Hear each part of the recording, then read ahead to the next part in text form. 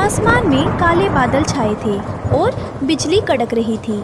रानो चिड़िया अपने बच्चों गुड़िया और अनाथ छोटू को पंखों में छुपाए बैठी थी। तभी लालची कालू कौवा और चालाक लाली लोमड़ी हाथ में कुल्हाड़ी लिए उसी डाल को काटने आ पहुँचे जिस पर रानो की पूरी दुनिया टिकी थी। कालू, जल्दी कर। इस तेज बारिश और तूफान में अगर ये डाल कटकर नीचे गिर गई तो किसी को शक भी नहीं होगा। सब सोचेंगे कि पेड़ तूफान से टूटा है।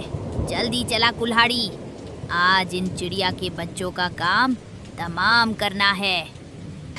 हाँ लाली, इस रानो चिड़िया को बड़ा घमंड था ना अपनी मेहनत और ममता पर। आज इसका ये घमंड और इसका ये पत्तों का घर दोनों मिट्टी में मिल जाएंगे।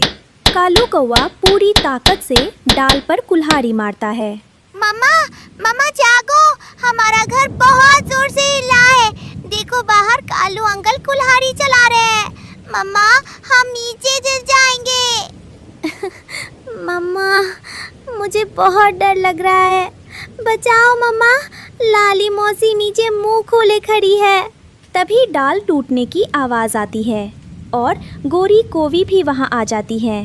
कालू भाई रुक जाओ, भगवान के लिए रुक जाओ। तुम्हें मुझसे दुश्मनी है ना? मुझे मार डालो, मुझे काट दो, लेकिन मेरे इन मासूम बच्चों पर दया करो। छोटू को बहुत तेज़ बुखार है कालू भाई। ओए होए होए रानो, बहुत बड़ी ममता की देवी बनती थी ना तू। पूरे जंगल के अनाथों को पालने चली थी। अब देख कैसे तेरे अपने बच्चे बेघर होकर इस तूफान में दम तोड़ते हैं। कालू रुक मत, काट डाल इस डाल को। हाँ कालू, मार कुल्हाड़ी।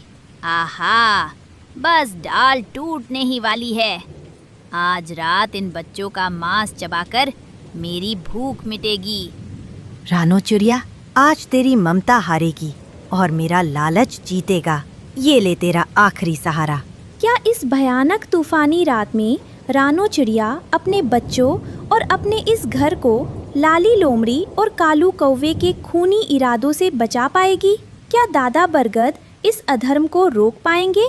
जानने के लिए देखिए ये पूरा मसालेदार और भावुक एपिसोड। पूरे जंगल में भयंकर सूखा पड़ा हुआ था।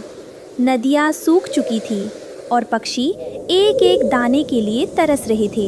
इसी बीच लालची कालू कौवे ने रानो चिड़िया का पुराना घोंसला भी तोड़ दिया था।